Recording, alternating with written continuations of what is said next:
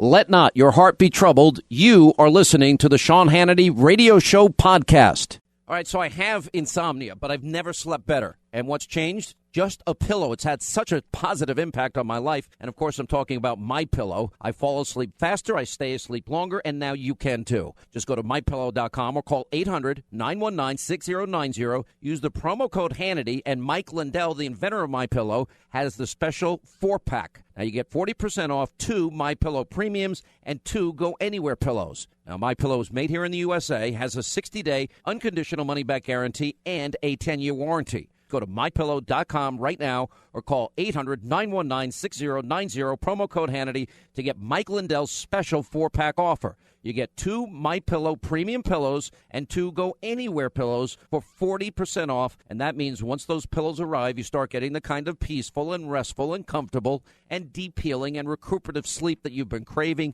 and you certainly deserve. MyPillow.com, promo code Hannity. You will love this pillow. All right, 3 top stories we're getting to today. We're going to dig so deep into this deep state and new developments by Sarah Carter and John Solomon. And we're also going to get a very interesting perspective from a former KGB spy and his book, Deep Undercover, which is coming out in a couple of days here. And he also consults on different TV shows just to get maybe that side of it. So that's a big part of it. We've got the key points from Donald Trump's America First budget announcement. Drastic cuts to things we don't need and that we should get rid of. So we're going to get to all of that. And we're going to get into, another court shopping example on FISA. And you know what? The left has so taken over the judiciary in this country to the point where, you know what? They can go judge shopping anywhere they want, get it to the Ninth Circuit, and they will use the most obscene, absurd, unconstitutional arguments to advance their liberal agenda. That which they could never get done at the ballot box, that which they could never get done legislatively. They don't even seem to care a bit that they are gambling with the lives of the American people. We told you last week about, what do we have? We had a refugee brought into the country, plotting, planning, scheming on killing you. Every top national security person under Obama, House Homeland Security Committee Chair, McCall. We had the CIA director, the FBI director, the assistant FBI director, the former chief envoy to defeat ISIS, all saying ISIS will infiltrate the refugee population. Donald Trump wants to keep Americans safe. He wants a temporary ban till we figure out how to vet them. And yet we are using the Establishment Clause to the Constitution as a means of stopping it. Never mind that we have, not only does the president have the constitutional authority, he has the statutory authority as well, and it's his job to keep you safe. And he's doing the things constitutionally he has the right to do. What's shocking about this, the court indefinitely enjoining Section 2, ordering the pause of nationals from these 6 countries, and Section 6, which is the executive order pausing the refugee administration for 120 days across the nation. You got the ACLJ, Jay Sekulo's group, have put out a great analysis of all of this, but they're basing this on the Establishment Clause. Plaintiffs have met the burden of establishing a strong likelihood of success on the merits of their Establishment Clause claim. Well, yeah, before a liberal judge, apparently friend of Obama, sure, I guarantee, no problem. Doesn't matter how unconstitutional it is. The Ninth Circuit overturned, 80% of the time, one of the highest overturned courts in the country. Are you listening, Washington Post fact checkers? What's so sad about this is they literally are stomping on the Constitution here. There's no respect for executive authority. There's no respect for co-equal branches of government. This is literally taking away, usurping the power of the president to be the commander-in-chief of our country. I'll give you some examples here. The court says nationwide relief is appropriate in light of the likelihood of success on the establishment claim, meaning the Establishment Clause. Well, no analysis of presidential authority under the Constitution as commander-in-chief or statutes over immigration or national security matters. In other words, what is law and what is constitutional authority of the president is not even examined by this judge. That's how bad this decision is. That's how dangerous this is. And I'll give you 3 or 4 examples. For example, there is 8 U.S. Code 1182. There is 8 U.S. Code 1187, which is 812, paragraph 12. The statute explicitly gives the president the authority over all immigration determinations. He has the statutory authority. He has the constitutional authority. That would be respectful of co-equal branches of government. This decision is not. Or, for example, the 8 U.S.C. 1157, that gives the president all the broad authority he would need over all refugee programs. In other words, the right to do this legislatively, constitutionally. There's no analysis of Executive Order Section 6, the refugee pause, beyond a mere description of it in the introduction section of this ridiculous opinion, though the court enjoined Section 6. That's all they said about it. Do you see how absolutely insane this is? You don't have to be a lawyer to figure out how dangerous this is.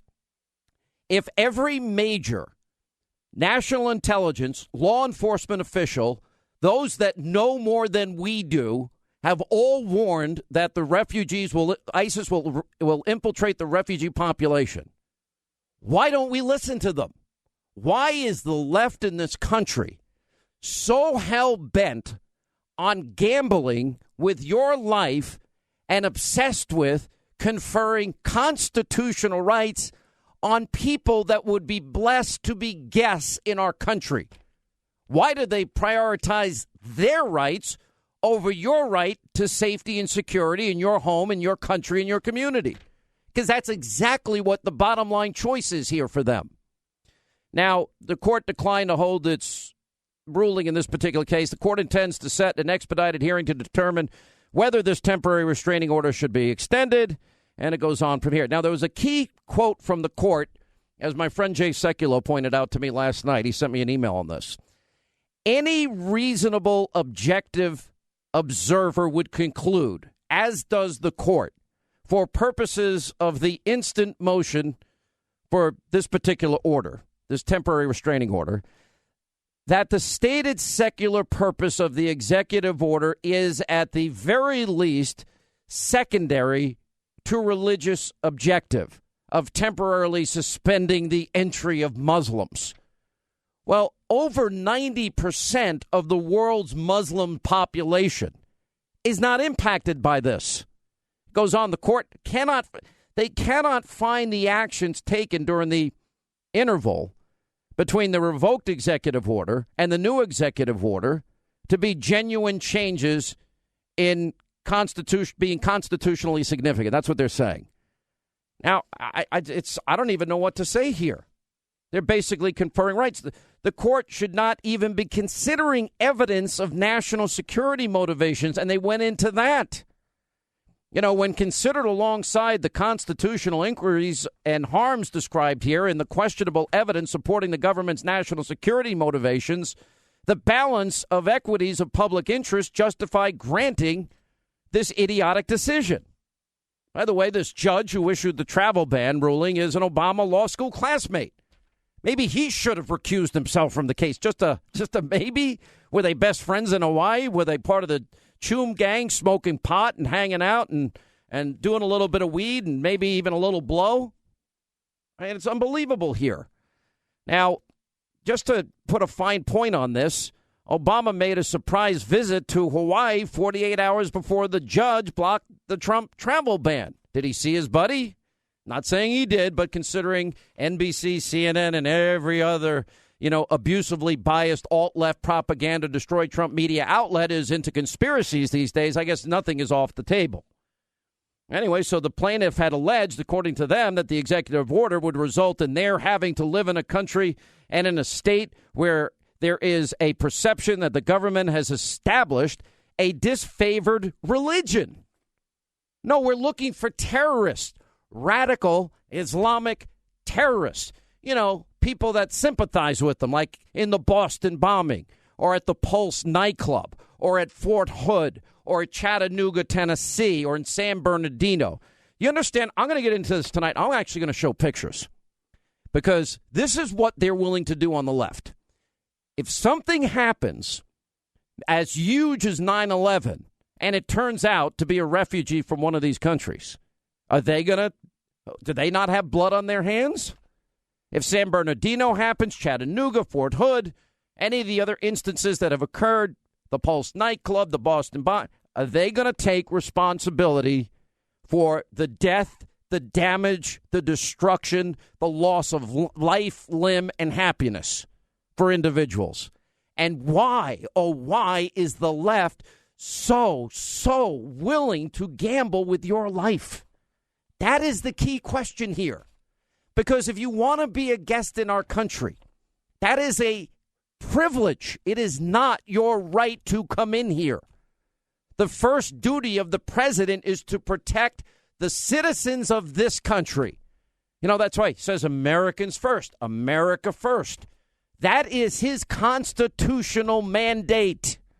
And this court is taking away, usurping his power as commander-in-chief, his statutory authority on immigration and refugees, and they basically are taking it upon themselves to write whatever it is they want, interpret whatever they want. This is the definition of judicial activism. This is legislating from the bench.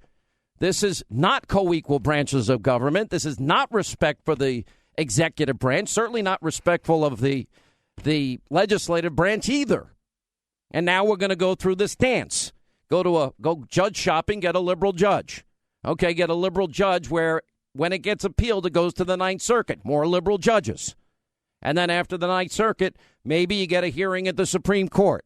In the meantime, how many people sneak into this country unbeknownst to you and your family, and what damage do they do?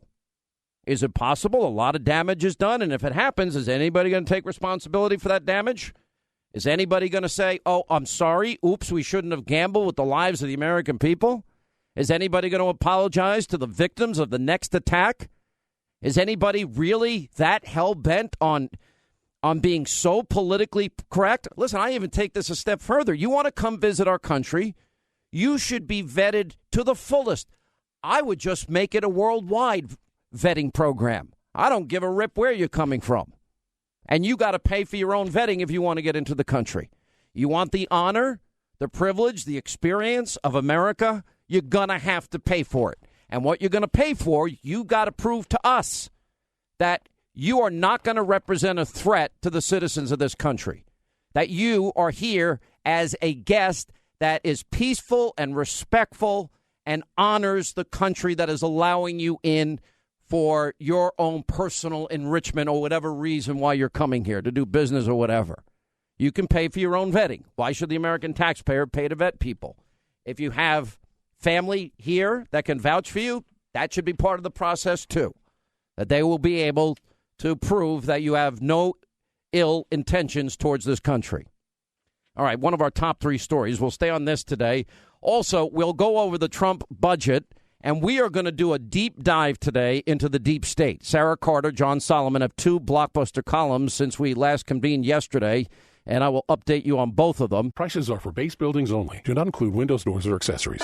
Warning! Don't let your business get left behind in what is likely to be the biggest economic boom in recent history. If you need to build to grow your business, call General Steel today. Steel prices are expected to rise, but you can still lock in your price on a General Steel building if you call now. For example, a 40 by 60 foot building is still less than $25,000. Even an 80 by 150 foot building is under $99,000. Imagine 12,000 square feet for under $99,000. This building is designed for your needs, no wasted space. And you get the General's quality and 50-year structural warranty at a price you can afford. You can still save as much as half the cost and time of conventional construction by calling General Steel today. As much as half. So don't let rising steel prices put your project out of reach and stop you from making your company great. Call now. 877-81-STEEL. It's not too late. Call 877-81-STEEL. That's 877-817-8335. All right, as we roll along, Sean Hannity Show, 800-941-SEAN. You want to be a part of this extravaganza. You know, look, last night we got new evidence as it relates to this deep state shadow government, Obama holdovers, saboteurs, breaking laws in an effort to delegitimize the president. It is now focus one of the left. They are obsessed in spite of no evidence. And as a matter of fact, now emerging news to the contrary about a Russia-Donald Trump connection. Now, and this was what all that happened at NBC the other night. You got all these alt-left propaganda, destroy Trump media people. They got their hands on a Trump 2005 tax return, and you saw utter, complete, breathless reporting nonstop. Now, the problem is when you get somebody's tax return and you make it public, news people have protection, journalists have protection. That's not NBC's problem. But it is a problem for whoever got the tax return and leaked it. That, like in the case of these intelligence leaks, those are called felonies. In this case, 5 years in prison, a felony. Now, that can result in a lot of people now, potentially, when this investigation moves forward, it's a great potential that a lot of people will be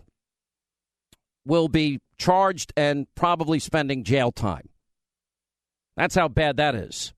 Now, when you have criminal offenses, and then the whole substance of the issue, we paid $38 million on $150 million in income. Not a scandal, a higher rate than the parent company over at NBC. And the bottom line is that if he pays more of a rate than Barack Obama, Bernie Sanders, and NBC Comcast, why is this even such a big story? Now, if I'm Donald Trump, if this is how they're going to react to 2 pages of his tax returns, I wouldn't release the thing to them. Now, by the way, it threatens our democracy. We see now felonies being committed on a weekly basis. You've got deep state saboteurs that are trying to prevent the president from doing the job that you, the American people, elected him to do. Aside from the president's taxes, look at all the other leaks that we have had. Now, we have all these deep state actors, Obama holdovers, career bureaucrats. They're spending day and night, night and day, trying to bring the president down. Now, we have new information today, and that's what we're going to get into next, all right? And then we're going to do a very deep dive into this in our second hour of the program today, and we'll continue our other top stories, and that is the key points from Donald Trump's America First budget announcement and what we were talking about earlier, and that is, they went judge shopping again, and they would rather gamble with your life than protect you. Holding them accountable. Sean gets the answers no one else does. America deserves to know the truth about Congress. Let me give you the sad news. Moments ago, I learned that a district judge in Hawaii, part of the much overturned Ninth Circuit Court, and I have to be nice, otherwise I'll get criticized for speaking poorly about our courts. A judge has just blocked our executive order on travel and refugees coming into our country from certain countries. The order he blocked was a watered-down version of the first order that was also blocked by another judge and should have never been blocked to start with. This new order was tailored to the dictates of the Ninth Circuit's, in my opinion, flawed ruling. This is, in the opinion of many, an unprecedented judicial overreach. If he thinks there's danger out there, he or she, whoever is president, can say, I'm sorry, folks, not now, please. We got enough problems. We're talking about the safety of our nation, the safety and security of our people. All right, 25 now till the top of the hour. 800-941-SEAN is our toll-free telephone number. You want to be a part of the program. Look, last week when I said that the president needs to purge the deep state, I never said the U.S. attorneys in any form. I was talking about all these leakers, all the intelligence leakers. Now we got tax records being leaked. Now, there has been an amazing bit of reporting that has been done, and we're now beginning to get a better picture of this false narrative that keeps getting echoed in this Destroy Trump echo chamber as it relates to the deep state. And the reporting really is by two veterans, investigative reporters with amazing contacts, John Solomon and Sarah Carter, decades of experience, both of them. In John Solomon's case, the AP was laughing when I said he's not a member of the vast right-wing conspiracy. Anyway, so we have the one thing that they broke last night is you had a computer scientist raising concerns about this connection between Trump and a Russian bank. We found out, well, there's connections and deep support to Hillary Clinton, a Hillary Clinton supporter. In other words, what are the origins of this false narrative? Anyway, Solomon and Carter go on to say that the woman's name, a university professor at Indiana University, L. Jean Camp, a recognized expert whose work includes federal research on security of Internet-connected devices, becoming a prominent spokesperson last fall for a group of computer researchers who reported they had detected a series of communications between a commercial email server registered at Donald Trump's office in New York City and a server at Alpha Bank in Russia. Now, logs of the computer communications that apparently, hang on one second. Somehow this went weird on me, my phone. Anyway, so logs of computer communications known as domain name system lookups were originally put on the Reddit social media site by one of the researchers and then by Camp on her personal website. Now, that became the grist for a series of stories suggesting that there may have been a secret channel of communications between one of the largest private commercial banks in Vladimir Putin's country and the Trump campaign. Now, they did have, remember the first part of their story, they did break the story of a FISA warrant. They did say another warrant was in fact issued, and it had to do with the fact that maybe Russia was trying to impact, not Donald Trump. Well, now we have a new update today, where this is the very latest Circuit piece on this. The headline is Russian banks tell the Department of Justice mysterious Trump computer connections may have been a hacker hoax. Now, again, you got to work your way backwards. They first discovered that in October there was a FISA request, although it wasn't against Trump. Then the FISA request dealt with, looking into the very specific nature of whether or not there was any type of attempt by the Russians to influence our elections. James Clapper said that never happened. They impacted no part of our elections, but put that aside for a minute. Then Solomon and Carter say, but there was also another warrant, not a FISA warrant, that was going on simultaneously. They confirm as part of their investigative reporting that the servers for Trump Tower were absolutely positively surveilled as an ancillary investigation and that zero evidence was found. Okay, now last night they begin to get to the deep origins. Where did this narrative begin? It began with a Hillary campaign supporter and donor.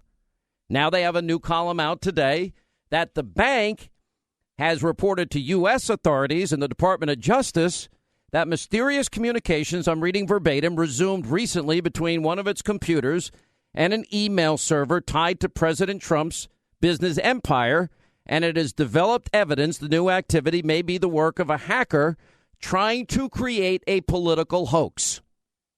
Now, let's just stop for a second. If this turns out to be true, that there never was a Trump-Russia connection, the same media that colluded with Hillary, the same media that never vetted Obama, the same media that was never honest about Obama's failures, will you then conclude with me that journalism is dead? Because up to this point, in spite of the breathless reporting and hysterical reporting, there's not been a shred of evidence at all, except the New York Times and other papers and other people in the news, so-called mainstream alt-left propaganda media. They're the ones that say that Trump Tower was wiretapped. They've claimed that on January 20th, blazing on the front cover of their paper. Now, Alpha Bank, the Russian bank, well, they have now gone to the U.S. Justice Department as I continue with Solomon and Carter's latest column. They're trying to ask them to help solve the mystery. The bank has pledged their full cooperation. The bank in Russia wants U.S. authorities to help unmask a computer inside the United States that it believes has been used to launch these cyber attacks, spoofing, and that's the actual techniques that they use and what it's called, the appearance of a backdoor communication channel between Moscow and Donald Trump's campaign at the time and even now, according to a source directly familiar with the bank's request. Now, the bank believes, quote, these malicious attacks are designed to create the false impression that Alpha Bank has a secretive relationship with the Trump organization.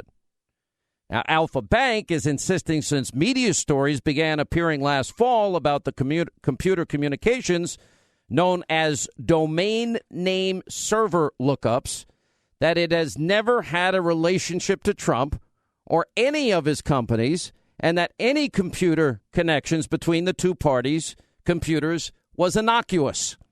In other words, there was never any collusion. None whatsoever. That means, by the way, whatever information Hillary had a week before the election, whatever information that Harry Reid was talking about before the election, was all based on a narrative being advanced by a Hillary Clinton supporter. Not based on facts, not based on evidence, not based on a FISA warrant that wasn't even really looking into the Trump Tower. Trump was ancillary. They looked into it and debunked any connection with the Trump organization, according to Solomon and Carter. Now, the attacks attempted to trigger verification signals between Alpha Bank and the server that we know law enforcement, according to Solomon and Carter, looked into and debunked. But that's what it was trying to do. In other words, when you spoof, you try and hack in using malware. By the way, this now goes to the WikiLeaks revelation. I hope I'm making this clear. This gets hard to follow. And when WikiLeaks revealed just less than 1% of the documents that they have, nearly 9,000 pages, and they said the CIA has the capability to do this spoofing, in other words, put the fingerprints of malware that they're using to hack people onto another country and make it appear like that country did the hacking. Well, now this mystery gets deeper. Now, do I think the CIA did it? No, I actually believe in our intelligence community. Is there a possibility of a deep state rogue intelligence official that has this capability of doing this because they don't like Donald Trump? Absolutely. And I think that possibility is getting greater by the day. Anyway, so the source is saying the spoofing attempt, in other words, attributing your attack, making it seem like it's coming from somewhere else, is the equivalent of somebody in the U.S. sending an empty envelope to Trump Towers, but putting on the back of the envelope a return address in Russia. That's the best analogy that I think they used in this, which would cause the Trump server to falsely return the communication back to Moscow. All right, so it gets complicated for those of us that have hard times, with apps. I mean, it's ridiculous. Now, the source did caution to Solomon and Carter that it doesn't have yet enough evidence that the same activity occurred between last May through September, causing this FISA warrant and another warrant. In other words, the first generation, if you will, of these first server pings that computer scientists reported last fall might be evidence of the communications between Trump and Russia that was being advanced by a Hillary supporter, that they may not all be the same. Now, the bank in Russia's working hypothesis about those earlier connections had been just routine computer communications caused when an email server responds to a commercial spam mail. The new evidence may lead to a total reevaluation and a new conclusion. In other words, this all could have been set up a long time ago with a very dark, deep state intention by people that are very good at their jobs with computers. In other words, they're basically trying to deliver an envelope. Now we're talking about computers. Deliver an envelope. It comes from the United States, but get it postmarked from Russia. That's basically what they're saying here. Now, the computer scientist allegations last fall became so widespread, in other words, the Hillary supporter theory that they spread became so widespread that it appeared in media reports in Slate. CNN reported it, the New York Times, the BBC, McClatchy, that the FBI investigated them because of all of the reports. And that's what Sarah Carter and John Solomon were saying. There were 2 warrants issued. One was FISA, one was non-FISA. And listen to this next line. After the investigation, quote, agents concluded there was no evidence from the pings, meaning the envelope, if you're following this analogy, of any nefarious relationship, and they were probably the result of routine computer behavior. And Circa reported last night that one of the scientists who raised media concerns that got the false narrative started about Trump-Russia connections was this L. Jean Camp lady, who was an Indiana University researcher who made 22 donations last year to Hillary Clinton. And she told Circa News that her political donations had no bearing on her concerns about the data, blah, blah, blah. Now, the bank in Russia has not been able to determine how the computer scientists gained access to the computer logs last year, but they hope its cooperation with the Justice Department may, in fact, may be able to identify at some point on these computer logs. All right. Now, the source said that the first cyber attack detected by the Russian bank this year occurred on February 18th. An unidentified third party connected to a U.S. internet provider sending out suspicious DNS queries from servers in the U.S. to a Trump Organization server. You see how deep this is? This capability is pretty unbelievable. All right, let's hit our phones really quick here while we have a moment. Kevin is in Wisconsin. Then we'll do our deep dive into the deep state. What's up, Kevin? How are you? I'm very good, Sean. It's an absolute honor and a privilege to speak with you today. I'm a longtime listener, a longtime caller. It's the first time I've gotten in. So I appreciate it. I just wanted to 100% agree with you on the privilege, again, that you said about the refugees. I got all fired up with this when you said it is a privilege to be in this country. And as an American citizen, I would just say out loud to everyone, this is my president, this is I'd like to say it loud and proud. Kevin, you're breaking up on me. We got to get a better line here. Let's say hi to Lucy is in Texas. Hey, Lucy. Hey, Sean. This is Lucy. And I wanted to call and say that I think President Trump needs to start fighting fire with fire. These activist judges need to be stopped. And what I believe President Trump should do is disregard their decision to block his ban and just go forward with it. And I think that these activist judges, if they cannot rule on the law, if they're ruling on their feelings, then they need to be impeached. Well, I agree with that.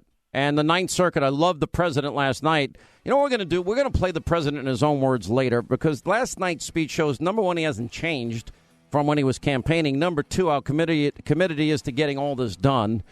And number three, he even mentioned the Ninth Circuit being broken up, which I actually think is a good idea. All right, when we come back, don't miss this interview. I'm going to let Sarah Carter and this former KGB guy talk about the deep state in ways you've never heard. I was born in 1949. It was after World War II. I was born into Soviet-occupied East Germany. Somehow, I got onto the radar of the KGB for this kind of work that they recruited me for was, making connections with others, getting to know people, getting into their heads and so forth. There was a number of things that I liked. I knew I would be able to travel. I knew I would be operating outside the law. And I never liked rules. I liked to break them. And I would be doing all of this in support of a great cause to defeat the evil West Germans and the Americans. It couldn't get any better than that. And here's something that I don't mean to freak you out with, but I think is true. Even our memories are not absolutely private in America. Any of us can be compelled, in appropriate circumstances, to say what we remember, what we saw. Even our communications with our spouses, with our clergy members, with our attorneys, are not absolutely private in America. In appropriate circumstances, a judge can compel any one of us to testify in court about those very private communications. And there are really, really important constraints on law enforcement, as there should be. But the general principle is one we've always accepted in this country. There is no such thing as absolute privacy in America. There is no place in America outside of judicial reach. That's the bargain. And we made that bargain over 2 centuries ago to achieve 2 goals. To achieve the very, very important goal of privacy and to achieve the very important goal of security. Widespread default encryption changes that bargain. In my view, it shatters the bargain. Are you saying that every American can be wiretapped against their will without any warrant at any point? No, I'm saying they are. You're saying I have been wiretapped? That's right. Repeatedly? Yes. And by wiretapping, that means what? Recording my phone conversations, taking my emails, my texts? Right, that's correct. And also storing it for mining.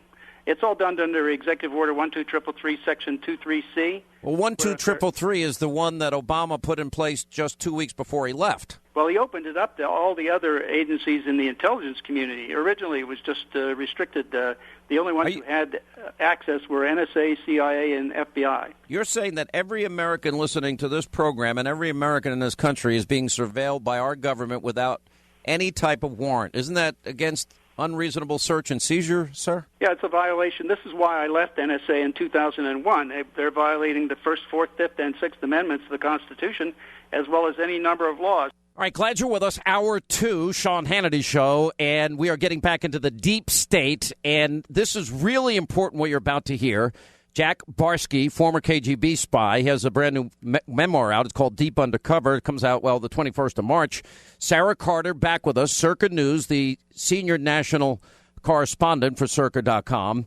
And we have been discussing all of these developments of the deep state, the ongoing investigation in the Trump administration, possible connections to Russia, and wiretapping or surveillance at Trump Tower. So welcome back, both of you. Sarah, you and John Solomon, friends of mine, you've been leading, out front on all of this. There's new breaking news today. Why don't we start out with what you have?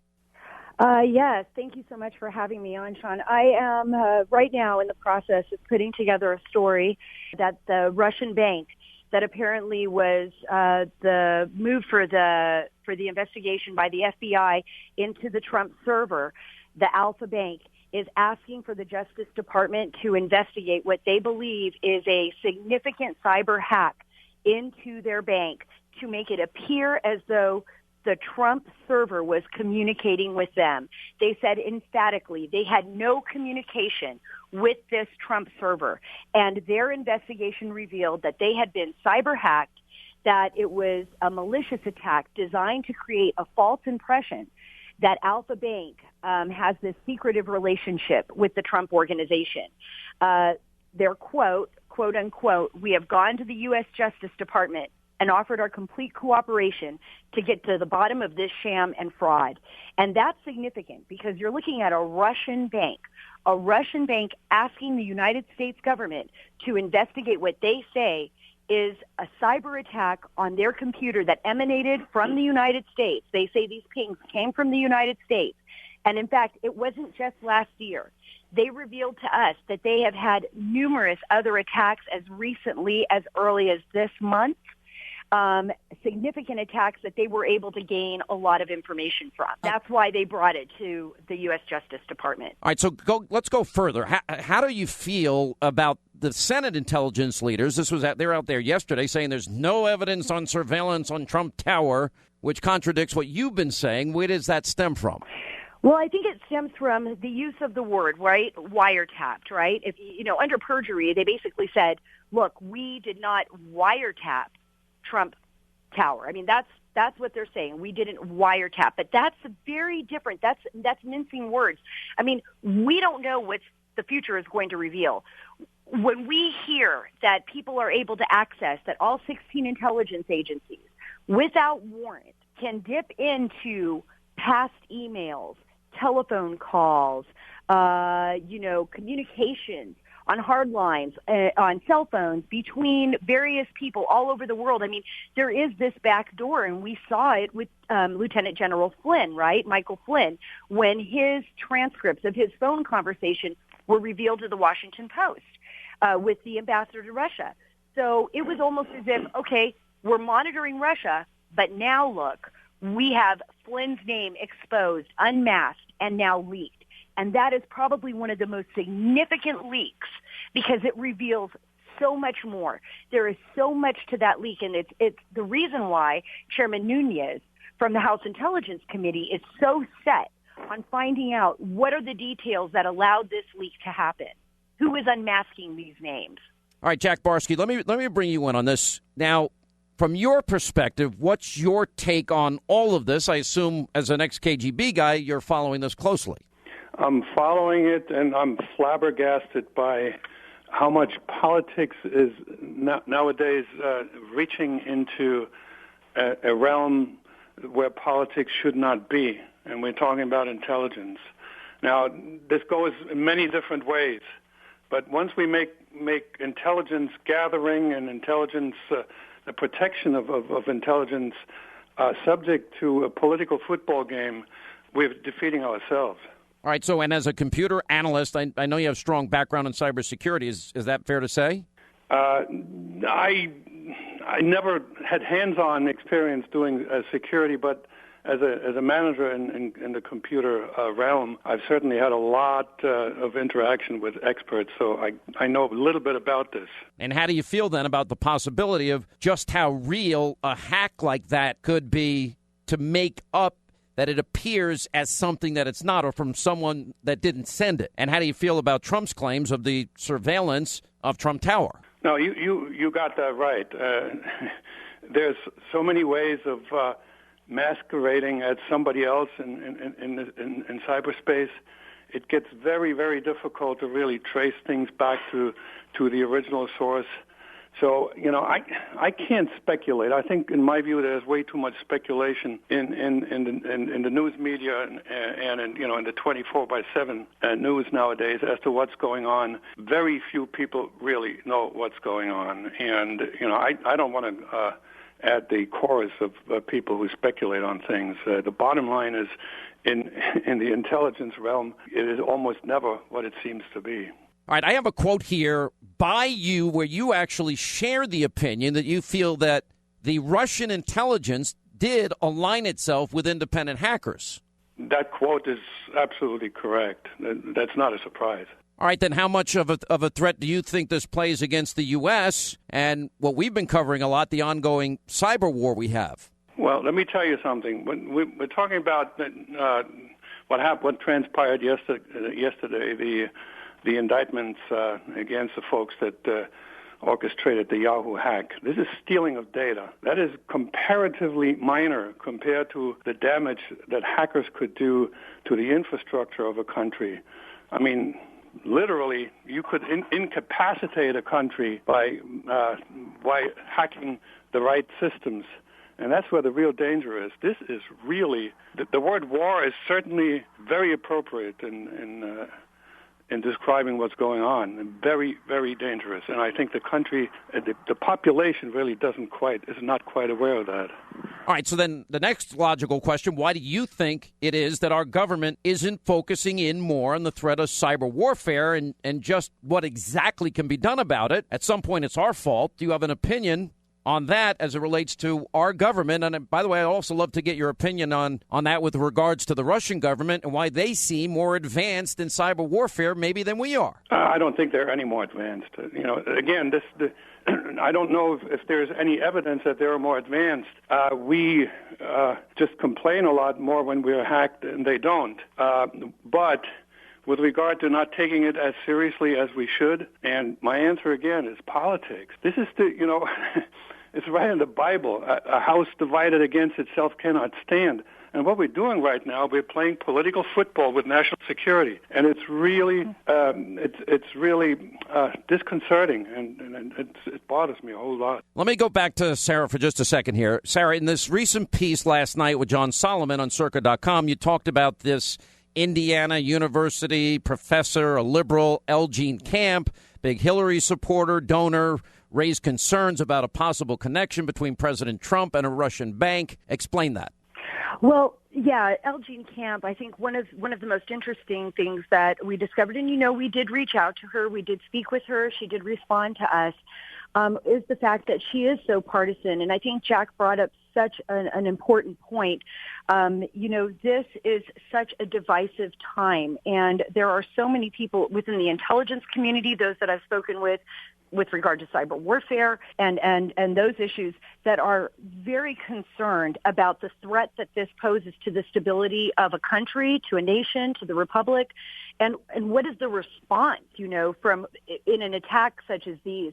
I mean, how does the U.S. or how do the Russians respond? I mean, how do we respond to each other? Is this warfare? I mean, these are questions that people at the highest levels are looking at. And, here we go. Elgene Camp, she says she found these pings, her and her colleagues discovered these pings. They were first reported on Reddit. So we know they first posted them on Reddit. Then she posted them to her site. And they went to the FBI and they asked for an investigation into this because they saw these, what they assumed were these nefarious pings between Trump and this Russian bank, All right, Sarah, let me interrupt you real quick. Hang right there. We'll be right back. A lot more to get to here on the attacks on the Trump administration, the deep state, and their so-called ties to Russia. Making America first, safe and great again. This is the Sean Hannity Show. Let me start with the president's tweets yesterday. This idea that maybe President Obama ordered an illegal wiretap of his offices. If something like that happened, would this be something you would be aware of? I would certainly hope so. I can say, obviously I can't speak officially anymore, but I will say that for the part of the national security apparatus that I oversaw as DNI, there was no such wiretap activity mounted against the president-elect at the time, or as a candidate, or against his campaign. I can't speak for other Title III authorized entities in the government or a state or local entity. Yeah, I was just going to say, if the FBI, for instance, had a FISA court order of some sort for a surveillance, would that be information you would know or not know? Yes. You would be told this? I would know that. If there was a FISA court order Yes. on something like this? Something like this, absolutely. And at this point, you can't confirm or deny whether that exists? I can deny it. There is no FISA court order? Not to my knowledge. Of anything at Trump Tower? No. Are you saying that every American can be wiretapped against their will without any warrant at any point? No, I'm saying they are. You're saying I have been wiretapped? That's right. Repeatedly? Yes. And by wiretapping, that means what? Recording my phone conversations, taking my emails, my texts? Right, that's correct. And also storing it for mining.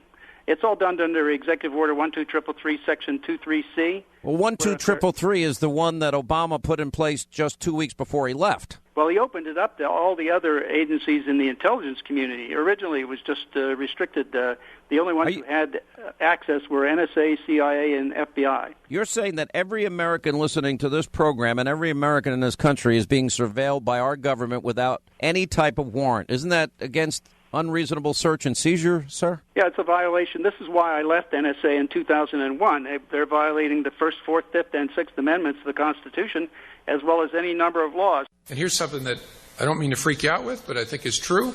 Even our memories are not absolutely private in America. Any of us can be compelled, in appropriate circumstances, to say what we remember, what we saw. Even our communications with our spouses, with our clergy members, with our attorneys are not absolutely private in America. In appropriate circumstances, a judge can compel any one of us to testify in court about those very private communications. And there are really, really important constraints on law enforcement, as there should be. But the general principle is one we've always accepted in this country. There is no such thing as absolute privacy in America. There is no place in America outside of judicial reach. That's the bargain. And we made that bargain over 2 centuries ago to achieve 2 goals. To achieve the very, very important goal of privacy and to achieve the very important goal of security. Widespread default encryption changes that bargain. In my view, it shatters the bargain. All right, so more deep state information as we talk to Bill Binney. He's a 32-year NSA vet, and what's amazing about what he says is that everything that you have is being stored. Every phone call, every text, every email, all of it. Anyway, we'll get to that. And then James Comey. Well, no absolute privacy, he says. Unbelievable. We're going to continue our debate, our discussion, our deep dive into the deep state with Sarah Carter and Jack Barsky, who's with us. And we're going to even carry this into the next half hour because there's just so much that is breaking and so much that is not being reported. And this is the stuff that I think is going to eventually come to fruition. That's all straight ahead. The Central Intelligence Agency lost control of its entire cyber weapons arsenal. What do I mean by cyber weapons? Those are weaponized viruses, trojans, and malware designed to penetrate the smartphones, smart TVs, computer systems of the world, and then control them, disable them, insert information to them, extract information from them. Now, this is a historic act of devastating incompetence to have created such an arsenal and stored it all in one place and not secured it. WikiLeaks discovered the material as a result of it being passed around a number of different members of the U.S. intelligence community out of control in an unauthorized fashion. It is an unusual time in the United States to see an intelligence agency so prominently involved in domestic politics. As a sort of level of principle, that's quite problematic. CIA developed a giant arsenal, what appears to be the largest arsenal of Trojans and viruses in the world that attacks most of the systems that journalists, people in government, politicians, CEOs, and average people use, didn't secure it, lost control of it, and then appears to have covered up that fact. So if the CIA, which is highly motivated to try and keep control of its cyber weapons arsenal, if it can't even control its entire cyber weapons arsenal because information can flow without oversight, then what is the chance that it can control how that arsenal is used? It can't. There's absolutely nothing to stop a random CIA officer or contractor or liaison agent working for the British using that technology against whoever they like, for whatever personal reasons they like. And we have quite a lot more material that talks about these attempts to throw off attribution, to discover who was really behind a particular cyber attack. Already, an antivirus expert has come forward to say that a sophisticated malware that he had attributed to a state, either Iran, China, or Russia, now he believes actually is from a Central Intelligence Agency because the type of attack system it uses corresponds directly to a description that we published of that attack system, and it's rare enough that it seems unlikely it would be independently discovered. Unless, of course, that China has already gotten hold of these parts of the CIA arsenal and that China is using them to pretend to be the CIA. So the CIA was so careless to produce this material, this enormous cyber weapons arsenal, and lose control of it at least once, and then it has spread. So does the various cyber mafia already have it? Do foreign intelligence agencies already have it? Well, I think that's a serious question. They weren't securing it very well. So it's quite possible that numerous people could have it. Also, it has spread, or appears to have spread, within the number of individuals within the U.S. intelligence community. There are numerous press reports in the New York Times and Washington Post, some in Politico, that people close to President Donald Trump had been monitored in a counterintelligence activity, possibly by some parts of the US government, possibly FBI. FBI had been mentioned, NSA had been mentioned. On the other hand, it seems that many of the leaks to the media are coming from the Central Intelligence Agency based upon how they're described. There are a number of collaborations that are evidenced by the material that we publish between the FBI and CIA, National Security Agency and CIA. So I think there's a real a real question whether that technology is being used or has been used in these types of investigations. 800-941-SEAN. You want to be a part of the program as we continue with Jack Barsky, former KGB spy. His memoir, Deep Undercover, releasing March 21st. And Sarah Carter is back with us, senior national correspondent, circa.com.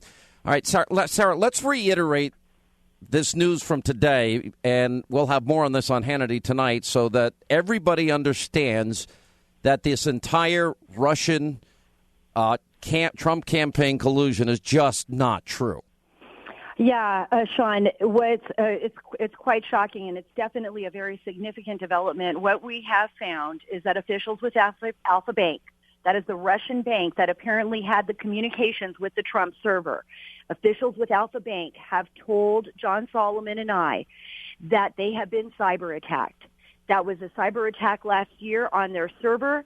These were malicious attacks. They were designed to create a false impression that Alpha Bank has a secretive relationship with Trump. Now, they've gone so far that they have asked the U.S. Justice Department to help track down the hackers that they believe are in the United States. And the only reason they were able to prove this was because the hacks started up again in March. So they had the same significant hacking in March, and they were able to see that, and they were able to save those those data sheets, those spreadsheets, and now they've brought them to the U.S. Justice Department, and they want them investigated. They have said to us that they have no communication with the Trump server, that this is malicious attacks. These are cyber attacks, and they've had at least 3 significant ones that showed an unidentified third party and suspicious activity involved in their computer servers. This is such an unbelievable story to me. I mean, and it gets deeper and deeper. Now, when we add the WikiLeaks information that we've gotten, and we now know our government has the ability to use malware and put the fingerprints on any country they want and make it appear as if those countries attacked us. Now, I'm not saying they did this, but do you think the likelihood is there that they did? I mean, we don't know, do we? It has to be investigated. And obviously, I mean, when you have a Russian bank coming to the United States Justice Department and saying investigate this, well, they're open to all kinds of scrutiny when they do that, right? I mean, they're coming to the United States. And so they say their evidence is strong. And what they said is that they believe these unknown individuals are using some kind of U.S.-based server, and that they're behind this attack, and it's triggering these verification signals that makes it look like Alpha Bank is connecting to the Trump organization. So this is unheard of. I can't think of a time. Imagine if, Bank of America was going to Moscow and asking, their judicial offices to investigate, some kind of hacking. I mean, this is very, very significant. And I think it shows if what they're saying is true, that somebody or some group or some entity was trying to fabricate data to show collusion between Trump and this Russian bank. And that is something that definitely needs to be investigated. Very, very. I mean, I watch Homeland. This is like beyond any episode of Homeland at this point, if all that turns out to be true. Jack Barsky, let me go to you and get your thoughts, and you weigh in on this from your perspective as a former KGB spy. Yes, sir. When it was stated that it has to be investigated, number one, who is going to do the investigations? Number two, when it comes to intelligence, there are very often multiple layers of deception, and that's why we never know what we don't know, and we never know what we do know. Ultimate knowledge resides maybe in the heads of 2 or 3 people, and so this is why I'm saying that this playing political football with national intelligence is extremely dangerous. And somehow, I don't know what the two parties ought to get together and declare the real enemy, and not the Democrats or the Republicans, depending upon whose side of the aisle you're on. Well, I agree, and it certainly does create diplomatic issues if one government is using or creating a false perception that the other government is hacking into an election and vice versa. I mean, you know, I was really against what President Obama did, Sarah, when he went ahead and he tried to unseat the prime minister of Israel, our closest ally. I mean, you weren't the only one. I mean, there was a lot of concern coming out of Israel. I talked to the ambassador of Israel, and I know that there was a lot of concern on his part, you know, for U.S. involvement in foreign affairs, and particularly with Israel, which was a longtime ally. I mean, look, I think Jack brought up such an important point. I mean, we have such vast knowledge and technology, and it's growing exponentially. And the American public and people all over the world don't know how far the reach is. What are we being monitored for? Could someone dip into, you know, the raw data and see what we've been talking about? How is the intelligence community being used by political parties? And I think that's something that really needs to be addressed. And unfortunately, I think Jack's right. How are we going to find the truth out? I mean, these capabilities allow people to mask themselves, hide behind these cloaks, and it is very cloak and dagger, and you're right, it is like an episode of Homeland. I mean, we just don't know, but we know one thing. We know we've got to keep digging at the truth. We know we've got to keep exposing it, because eventually the muddy waters, I think, will get cleared, Sean, and I think the truth will rise to the surface in one form or another, because there are people out there that know the truth. And there are people out there that I believe are still good and still willing to take those risks to protect our country and protect our citizens from this type of abuse. I agree. I agree with this statement completely. I've had quite a few, not surprisingly, a few dealings with the FBI. And to my knowledge and my experience, is the FBI is an organization that plays by the book. They quite often complain about the book, but they still follow the rules. So, and I bet you that applies to a lot of folks in other intelligence agencies as well. All right, guys, stay right there. We got to take a quick break. We'll come back. We'll wrap this up. News roundup and information overload. Rick Ungar, Jonathan Gilliam. That's always entertaining and fun. Coming up at the top of the next hour. Up next, our final roundup and information overload hour. Let me give you the sad news. Moments ago, I learned that a district judge in Hawaii,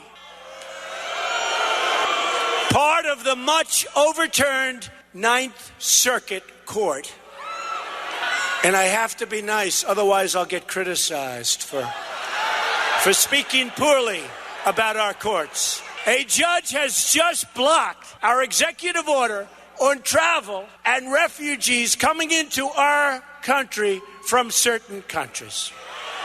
The order he blocked was a watered-down version of the first order that was also blocked by another judge and should have never been blocked to start with. This new order was tailored to the dictates of the Ninth Circuit's, in my opinion, flawed ruling.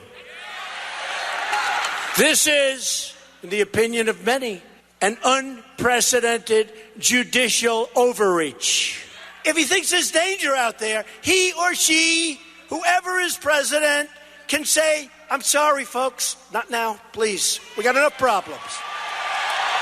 We're talking about the safety of our nation, the safety and security of our people. At the very core of Obamacare was a fatal flaw. The government forcing people to buy a government-approved product. There are very few people. Very few people. And by the way, watch what happens. Now, you just booed Obamacare. They will say, Trump got booed when he mentioned. They're bad people, folks. They're bad people. Tonight I'll go home, I'll turn on, I'll say, listen, I'll turn on that television. My wife will say, darling, it's too bad you got booed. I said, I didn't get booed. This was a love it. I said, no, they were booing Obamacare. Watch. A couple of them will actually do it, almost guaranteed. But when we call them out, it makes it harder for them to do it. So we'll see. It's the fake media. We want Americans to be able to purchase the health insurance plans they want, not the plans forced on them by our government. The House has put forward a plan to repeal and replace Obamacare based on the principles I outlined in my joint address. But let me tell you, we're going to arbitrate. We're going to all get together. We're going to get something done. Remember this. If we didn't do it the way we're doing it, we need 60 votes. So we'd have to get the Democrats involved. They won't vote no matter what we do. They're not going to vote. So we're doing it a different way, a complex way. It's fine. The end result is when you have phase 1, phase 2, phase 3, it's going to be great. You know, this president probably more than any other does, I think, his best work when he just bypasses the media. I think when he, as he said in his interview to Tucker Carlson last night, he can reach 80, 90, 100 million people just through social media and then going directly to the people and advancing his agenda because the media is out to destroy him.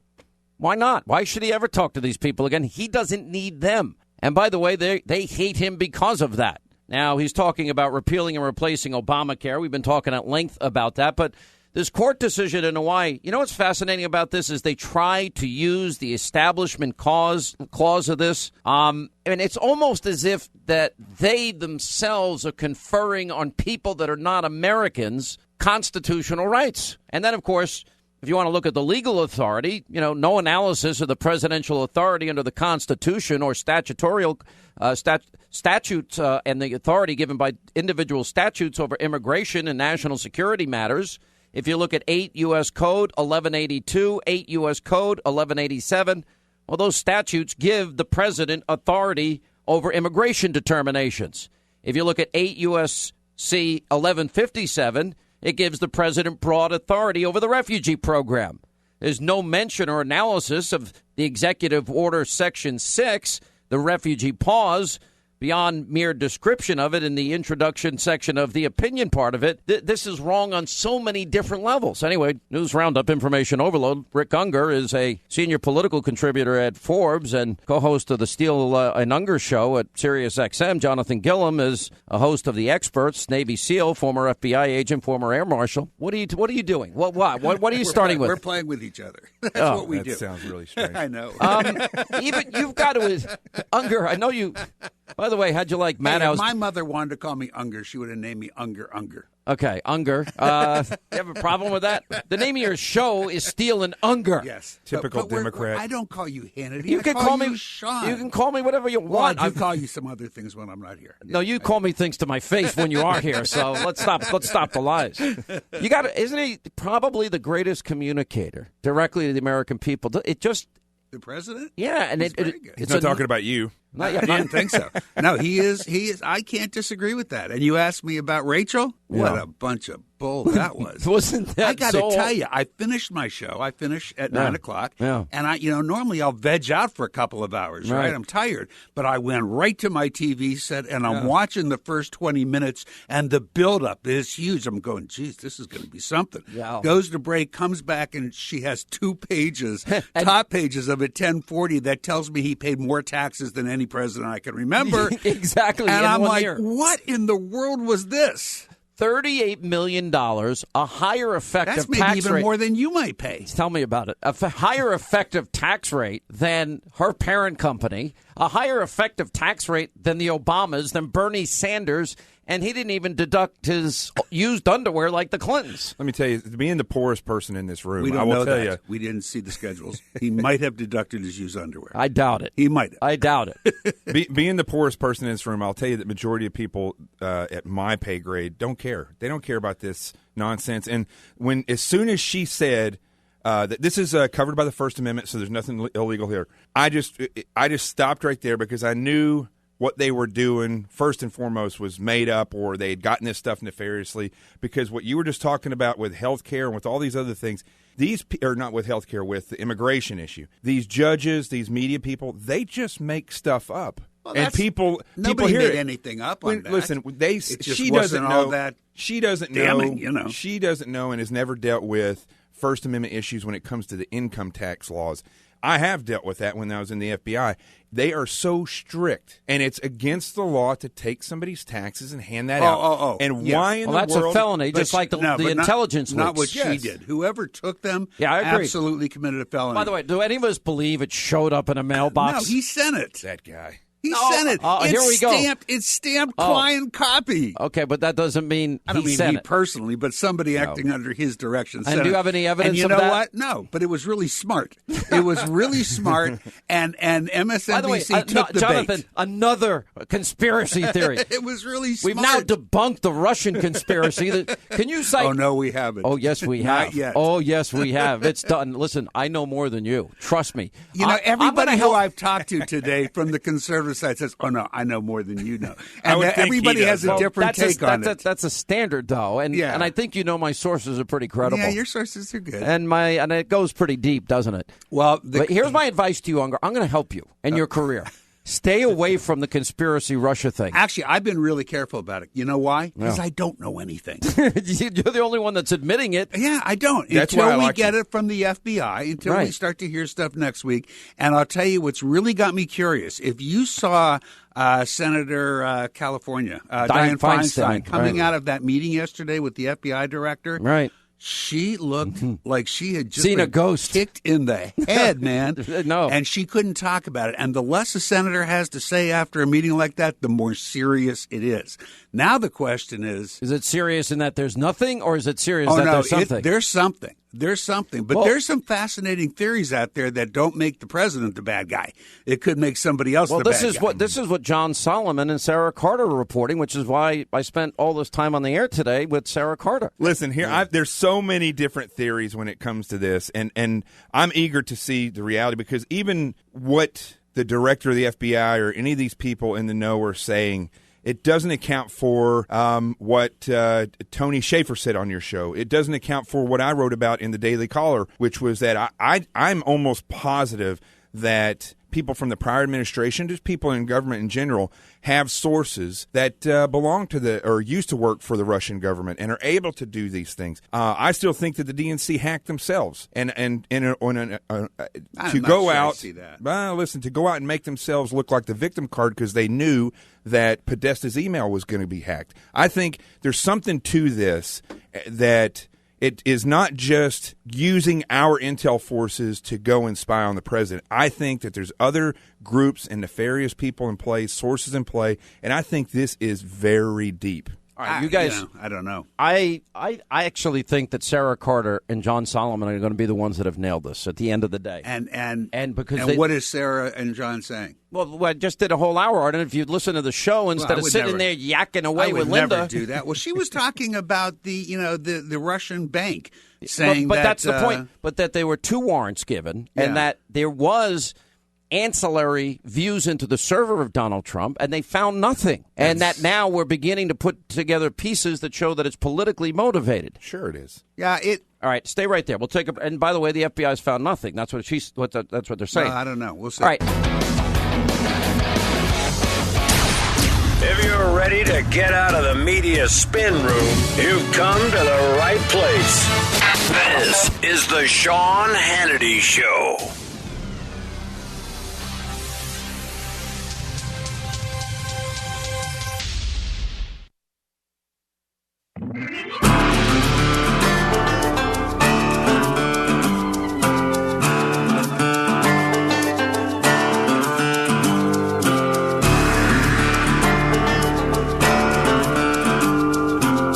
As we continue, more news roundup, information overload. Rick Ungar, Jonathan Gilliam. Then we're going to play a significant portion of Donald Trump's speech for last night, because you know what? It's just better you hear it from him than all the pundits and analysts and the Trump-hating media, the destroy Trump alt-left propaganda media. In other words, all of Rick Ungar's friends. But I have friends who are alt-right. Too. What does alt-right mean? I don't know. What does alt-left mean? It means you. People like you. It means I guess alt-right must mean people like you. It means people like Rachel Maddow. I mean, you have to admit the media is out to destroy him over every little thing.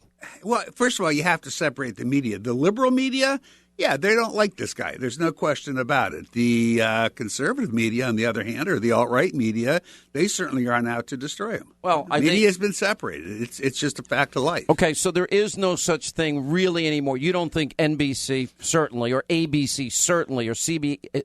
We saw the collusion. Look, let me give you a backup. They never vetted Obama. They never told us what a failure Obama was. They never gave us an accurate accounting of his record. They colluded with Hillary Clinton, and now they're trying to destroy Trump. What else do you need to know? Who's the they?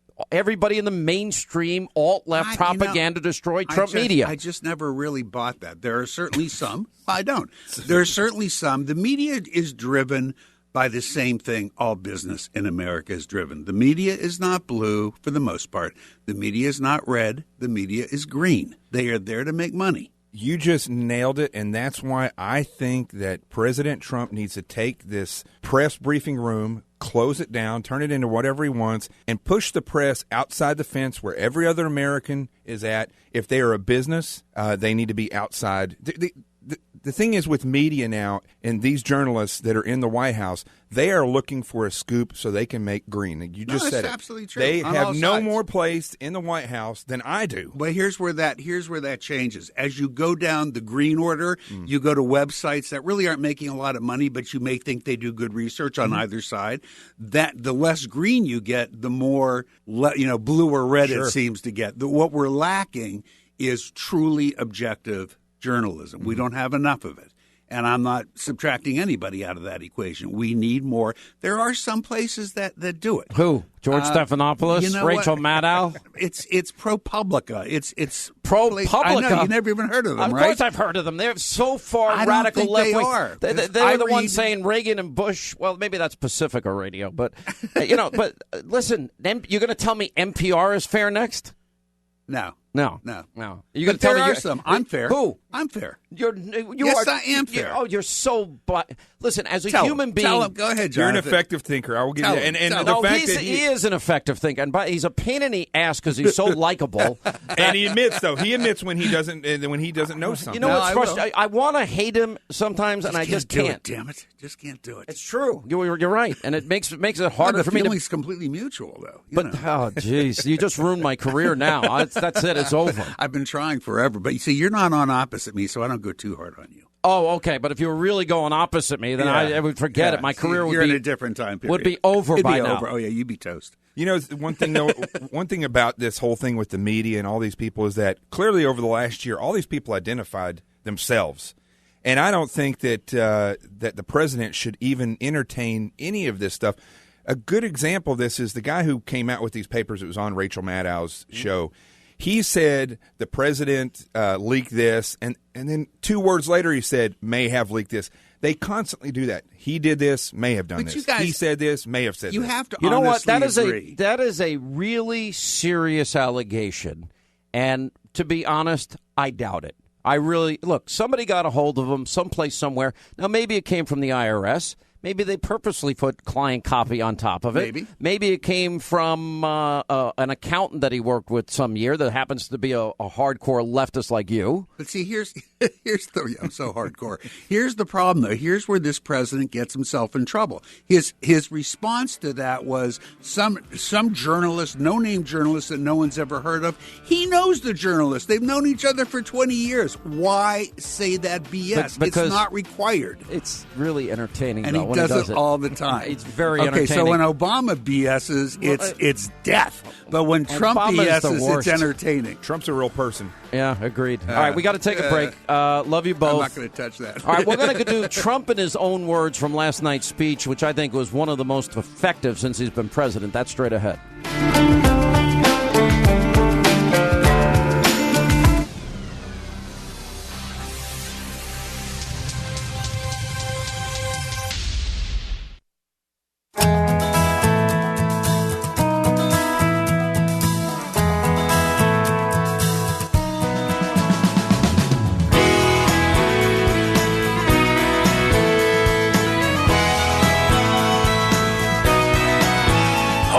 Them accountable. Sean gets the answers no one else does. America deserves to know the truth about Congress. You know, I decided to play some of Trump in his own words from last night. Why? Because he's the exact same person he was on the campaign trail. He speaks best for himself. Listen in. So let's begin tonight by thanking all of the incredible men and women of the United States military and all of our wonderful veterans, the veterans.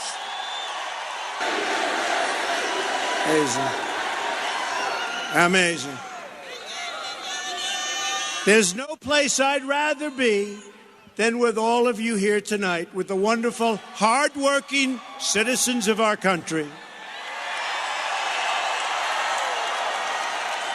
I would much rather spend time with you than any of the pundits, consultants, or special interests, certainly, or reporters from Washington, D.C. It's patriotic Americans like you who make this country run and run well. You pay your taxes, follow our laws, support your communities, raise your children, love your country, and send your bravest to fight in our wars. All you want is a government that shows you the same loyalty in return. It's time that Washington heard your voice, and believe me, on November 8th, they heard your voice. The forgotten men and women of our country will never be forgotten again, believe me.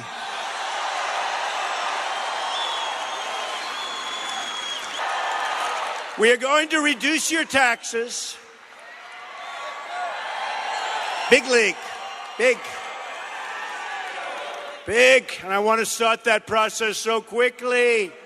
Got to get the health care done. We got to start the tax reductions. We are going to enforce our trade rules and bring back our jobs, which are scattered all over the world. They're coming back to our country.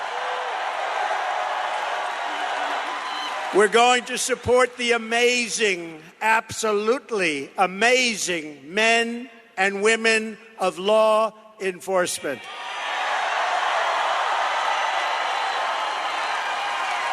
Protect your freedoms and defend the Second Amendment. And we are going to restore respect for our country and for its great and very beautiful flag. It's been a little over 50 days since my inauguration, and we've been putting our America First agenda very much into action. You see what's happening. We're keeping our promises. In fact, they have signs. He's kept his promise. They're all over the place. I have. We have done far more. I think maybe more than anybody's done in this office in 50 days, that I can tell you. And we have just gotten started. Wait till you see what's coming, folks. We've appointed a Supreme Court justice to replace the late, great Antonin Scalia. His name is Judge Neil Gorsuch. He will uphold and defend the Constitution of the United States. We are proposing a budget that will shrink the bloated federal bureaucracy, and I mean bloated, while protecting our national security. You see what we're doing with our military. Bigger, better, stronger than ever before. You see what's happening? And you're already seeing the results. Our budget calls for one of the single largest increases in defense spending history in this country. We believe, especially the people in Tennessee, I know you people so well, in peace through strength. That's what we're going to have. And we are taking steps to make sure that our allies pay their fair share. They have to pay. We've begun a dramatic effort to eliminate job-killing federal regulations like nobody has ever seen before. We're going to protect the environment. We're going to protect people's safeties. But let me tell you, the regulation business has become a terrible business, and we're going to bring it down to where it should be.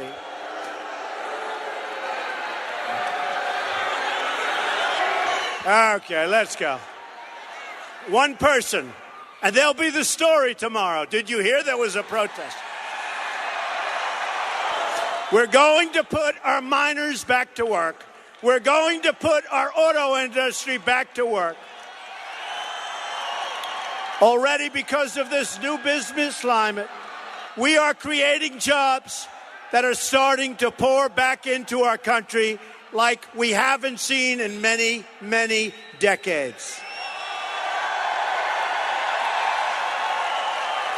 In the first two job reports since I took the oath of office, we've already added nearly 500,000 new jobs. And believe me, it's just beginning. I've already authorized the construction of the long-stalled and delayed Keystone and Dakota Access pipelines. A lot of jobs. I've also directed that new pipelines must be constructed with American steel. They want to build them here, they use our steel. We believe in two simple rules: buy American and hire American. On trade, I've kept my promise to the American people and withdrawn from the Trans-Pacific Partnership disaster. Tennessee has lost 1/3 of its manufacturing jobs since the institution of NAFTA, one of the worst trade deals ever in history. Our nation has lost over 60,000 factories since China joined the World Trade Organization. 60,000, think of that. More than that. We're not going to let it happen anymore. From now on, we are going to defend the American worker and our great American companies. And if America does what it says, and if your president does what I've been telling you, there is nobody anywhere in the world that can even come close to us, folks. Not even close. If a company wants to leave America, fire their workers, and then ship their new products back into our country, there will be consequences. That's what we have borders for. And by the way, aren't our borders getting extremely strong? Very strong. Don't even think about it. We will build the wall. Don't even think about it. In fact, as you probably read, we went out to bid. We had hundreds of bidders. Everybody wants to build our wall. Usually that means we're going to get a good price. We're going to get a good price, believe me. We're going to build the wall. Some of the fake news said, I don't think Donald Trump wants to build the wall. Can you imagine if I said, we're not going to build the wall? Fake news. Fake news. Fake news, folks. A lot of fake. Now, the wall is way ahead of schedule in terms of where we are. It's under design, and you're going to see some very good things happening. But let me give you the bad news. We don't like bad news, right? I don't want to hear. And I'll turn it into good. But let me give you the bad, the sad news. Moments ago, I learned that a district judge in Hawaii, part of the much overturned Ninth Circuit Court, and I have to be nice, otherwise I'll get criticized for for speaking poorly about our courts. I'll be criticized by these people, among the most dishonest people in the world. I will be criticized. I'll be criticized by them for speaking harshly about our courts. I would never want to do that. A judge has just blocked our executive order on travel and refugees coming into our country from certain countries. The order he blocked was a watered-down version of the first order that was also blocked by another judge and should have never been blocked to start with. This new order was tailored to the dictates of the Ninth Circuit's, in my opinion, flawed ruling. This is, in the opinion of many, an unprecedented judicial overreach. The law and the Constitution give the president the power to suspend immigration when he deems, or she, fortunately it will not be Hillary she,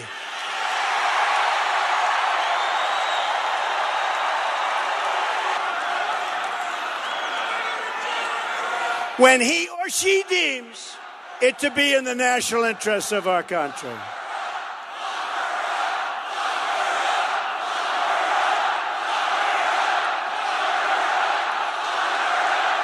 So we have a lot of lawyers here. We also have a lot of smart people here. Let me read to you directly from the federal statute. 212F of the immigration, and you know what I'm talking about, right? Can I read this to you? Listen to this. Now, we're all smart people. We're all good students. We're all everything. Some are bad students, but even if you're a bad student, this is a real easy one, let me tell you. Ready? So here's the statute, which they don't even want to quote when they overrule it. And it was put here for the security of our country. And this goes beyond me because there'll be other presidents. And we need this. And sometimes we need it very badly for security of our country. It says, now listen to how easy this is. Whenever the president finds that the entry of any aliens or any class of aliens would be detrimental to the interests of the United States, he may, by proclamation, and for such period as he, you see, it wasn't politically correct because they should have said he or she. You know, today they'd say that. But that's all. Actually, that's the only mistake they made. As he shall deem necessary, suspend the entry of all aliens or any class of aliens as immigrants or non-immigrants, or impose on the entry of aliens any restrictions he may deem to be appropriate. In other words, if he thinks there's danger out there, he or she, whoever is president, can say, I'm sorry, folks, not now, please. We got enough problems. We're talking about the safety of our nation, the safety and security of our people. Now, I know you people aren't skeptical people, because nobody would be that way in Tennessee. Right? Nobody. Not Tennessee. You don't think this was done by a judge for political reasons, do you? No. This ruling makes us look weak, which, by the way, we no longer are.